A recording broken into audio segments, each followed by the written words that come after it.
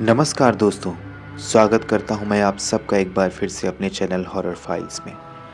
आज जो मैं आपको कहानी सुनाने वाला हूं, वो कहानी है पेशे से ट्रक ड्राइवर राजू यादव की। 40 साल उम्र का राजू यादव पेशे से ट्रक ड्राइवर था। पिछले 15 सालों से वह यही काम कर रहा था, इंदौर से नागपुर और नागपुर से इंदौर। रात के करीब 2:30 बज रहे थे। मध्य प्रदेश से नागपुर की जाती हुई एक सुनसान सड़क। कहते हैं ये सड़क बहुत ही डरावनी थी और अक्सर ट्रक ड्राइवर रात में इस रोड से गुजरने से बहुत डरते थे। कोहरे की मोटी परत, सड़क खाली, बस ट्रक इंजन गरज रहा था। राजू यादव उस रात उसने सीमेंट के बोरे लादे थे। रेडियो पर एक पुराना गाना चल रहा था, जिंदगी एक सफ़र है सुहाना। और वो हंसते हुए बोला, चलो आज फिर लंबा सफ़र अकेले का। पर उसे पता नहीं था आज का सफ़र उसका आखिरी सफ़र बनने वाला था। करीब 40 किलोमीटर आगे एक जगह थी, काली मोड़, जहाँ सड़क अचानक जंगल में मुड़ती है। ड्राइवरों के बीच मशहूर जगह, हर साल कोई ना कोई एक्सीडेंट वहाँ होता था। लोग कहते थे काली मोड़ पर रात को कोई औरत दिखती है सफ़ेद साड़ी में। राजू इन सब बातों पर यकीन नहीं करता था। वो हंसते हुए बोला, भूत प्रेत नहीं होते हैं, बस डर होते हैं। पर जैसे ही ट्रक काली मोड़ के पास पहुंचा, कोहरा और घना हो गया। रात के अंधेरे में सड़क के किनारे पेड़ पौधे मानो झुककर सड़क में और सुनसान माहौल को बढ़ा रहे थे। हेडलाइट के आगे कुछ साफ दिखाई नहीं दे रहा था।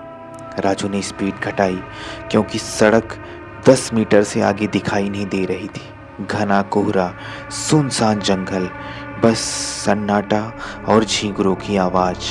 चारों तरफ बड़े बड़े घने झुके हुए पेड़। और तभी सड़क पर एक औरत दिखाई दी। वो औरत बिल्कुल सफेद साड़ी में थी, खुले बाल और हाथ में लाल दुपट्टा। उसका चेहरा कोहरे में आधा छिपा था। राजू को कुछ साफ दिखाई नहीं दे रहा था, लेकिन फिर भी उसने ब्रेक मारा, खिड़की का कांच नीचे किया और उस औरत से पूछा, अम्मा, इतनी रात को अकेले यहाँ क्या क्या कर रही हो? वो बोली, बेटा, नागपुर जाना है, छोड़ दोगे? राजू ने कहा, बैठ जाओ अम्मा, पीछे बैठ जाओ। दरअसल राजू भी उस काली पहाड़ी के बारे में जानता था, लेकिन एक अकेली औरत और एक सियानी औरत को देखकर उसके मन में दया का भाव आ गया। वो उस औरत की मदद करना चाहता था, लेकिन उसे खुद नहीं पता था कि वो आज मदद नहीं, खुद अपनी मौत बुला रहा है। वो धीरे धीरे ट्रक में चढ़ी और पीछे की सीट पर बैठ गई। राजू ने ट्रक बढ़ाया और रेडियो फिर से चल पड़ा। कुछ देर तक तो सब ठीक रहा। सन्नाटे में चीरता हुआ ट्रक, बस इंजन की घरघराहट, झींगरों की आवाज और चारों तरफ झुके हुए पेड़। अंधेरा और घना होता जा रहा था। कोहरा लगातार बढ़ता जा रहा था, लेकिन फिर धीरे धीरे ट्रक के अंदर ठंडी हवा चलने लगी। राजू ने सोचा, खिड़कियां बंद हैं, फिर भी हवा बर्फ जैसी ठंडी क्यों है? राजू ने शीशे में पीछे देखा, पीछे कोई नहीं था। राजू ने झटके से ट्रक रोका, टार्च ली और पीछे देखा, सीट खाली थी। वो नीचे उतरा, चारों तरफ देखा, बस जंगल, कोहरा और सन्नाटा। अब राजू को डर लगने लगा। वो वापस ड्राइवर सीट पर जा बैठा और तभी उसे कंधे पर किसी के हाथ का एहसास हुआ। वो पलटा। वो औरत उसके ठीक पीछे खड़ी थी। उसकी आंखें अब खून जैसी लाल थी, चेहरा आधा कुचला हुआ और बाल पूरे चेहरे पर बिखरे हुए थे। कोहरे में राजू को कुछ साफ दिखाई नहीं दे रहा था, लेकिन उसे इतना जरूर महसूस हुआ कि वो औरत कोई सामान्य औरत नहीं थी। राजू को अब कुछ समझ नहीं आ रहा था, लेकिन वो औरत मुस्कुराई और बोली, क्यों बेटा, छोड़ने चले थे ना? राजू ने चीखते हुए इंजन स्टार्ट करने की कोशिश की। एक्सीलेटर पर पांव पूरी तरह से दबा दिए। ट्रक की चाबी को उसने 3-4 बार घुमाया, पर खुद ब खुद ट्रक रिवर्स में चलने लगा। उसके पैर ब्रेक पर थे, मगर कुछ असर नहीं हो रहा था। ट्रक तेजी से पीछे जा रहा था। पीछे गहरा गड्ढा था और नीचे नदी। राजू चिल्ला रहा था, बचाओ, कोई है यहाँ। वो औरत अब ट्रक के बोनट पर थी। बाल उड़ रहे थे, चेहरा डरावना। वो चिल्लाई, मत भाग, मुझे नागपुर छोड़ दो। अचानक ट्रक गड्ढे में जा गिरा। भयानक आवाज और फिर सन्नाटा। सुबह गांव वाले वहां पहुंचे। ट्रक पलटा पड़ा था।